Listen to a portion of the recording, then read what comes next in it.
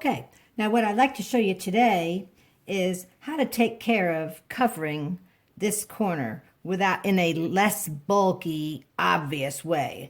I've seen a lot of beautiful bias taping ruined by the way it's finished off at the corners. And there really is a pretty easy way of handling this. Number one, the first thing you want to do is control the length of this tail, because if you make it too long, you've just got too much fabric to be trying to squeeze up underneath here.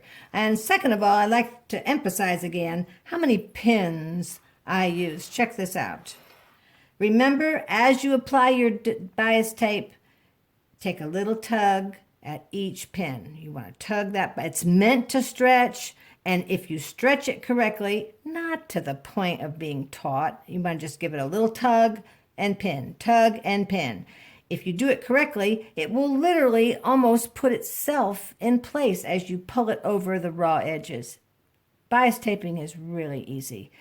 Give my way a try. On the directions for this pattern, you'll see a reference video that you can go see us install bias tape. Not on a bag, but on a placemat. But it's a rounded curve edge, and it'll give you a good idea of how to handle this. But for right now, I want to show you how to finish off these corners. So what I'm going to do, you'll notice that up underneath here, I want to pull this bottom edge up. Now, it's no longer, this edge, of course, was never pressed. This is my pressed 1/4 inch. This edge I'm going to pull diagonally. And actually, what I'll probably do is trim a little of this extra bulk off. You can over trim, so be careful about not doing that. Better to trim once, twice, maybe 3 times than to trim once and then wish you hadn't. Okay? That's a lot of work to have to pull out. So I've bent this over more than 1/4 inch so that I can pull it around the corner. Now the whole idea is to pull it around the corner with this 1/4 inch pressed hem intact. As a matter of fact, I probably right here at the end would press it with my fingers a little more than 1/4 inch, and I'll show you why. I'm going to pull this edge around. You want to keep that edge intact. You're going to pull it tightly around, and see now here it is. And because I've actually pressed it with my fingers more than 1/4 inch, it's coming in underneath this, which is good, this pressed edge. So now I'm going to fold the whole thing over and look. Now the whole idea is to get it pinned in place. And I always start right here because this is the most important pin, right there. And the rest of this, if you need to, you can see mine's not showing, but you can always push the majority of this up with your little stiletto. If you're not using one of these, you should be. By Annie Makes a Super one. I know you can get others. I like hers. They're great. And then you're going to pin all this in place. You notice how I pin? This, number one, keeps some of those sharp edges from biting you as you go. But it also keeps the pins from moving around. It keeps them, what you've pinned is what you keep pinned by pinning it this way. Watch. I'm going to pin it in. It comes out. And then I pin it in again, just like that. And it keeps everything stable. Because what we're going to do, remember, is we're going to flip this over in order to stitch. So you want it pinned so that it stays. You don't want to have to be turning around and you flip it over and oh my gosh, everything rolled around and now it's not pinned right. So use your pins. It just takes a little bit longer to pin things correctly. So as you can see, I'm going to pin this up through here. We'll do this corner so you can see it done again. And I'll have to pin a few of these leading up to it. All right? So again, now I'm going to pull this diagonally way more than 1/4 inch. And again, I've got this tail here that I don't want.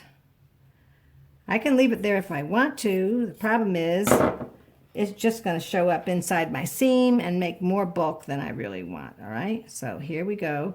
I'm going to push this, just this tail end of the tail, this last bit, a little more than 1/4 inch over, so that when I go like this, see, Now it's coming up underneath the hem, and I can go like this.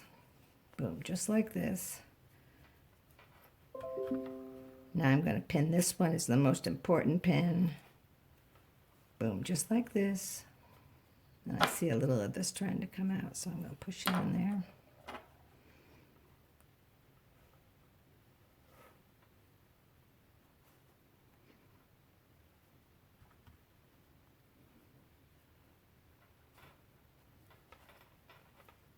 Right here at the end, I really use a lot of pins.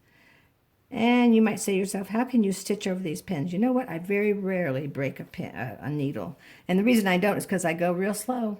If you sew at a slow speed, these pins will, there is amount of play here.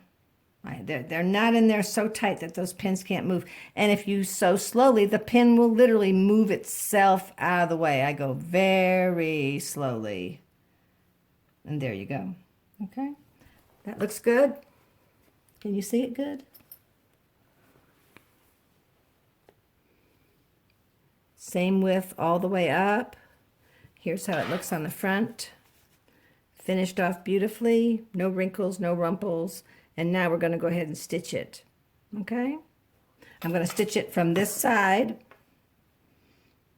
Starting here, I'm going to go close. Again, I want to make sure I catch this seam on the other side. So I'm going to stitch maybe just a shade under 1/4 inch seam so that I can be sure to catch this on the other side. This is actually more than 1/4, so I probably could go ahead and stitch in the ditch all the way around, but I might be taking a chance down here where things are a little bit more like 1/4 inch. Up here I don't have as many layers, and it can actually be a little more than 1/4 inch around here.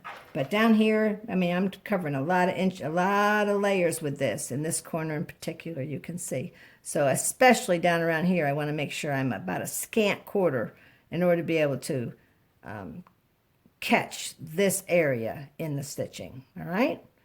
If you follow these instructions, practice a little bit, I think you'll be real happy with the results.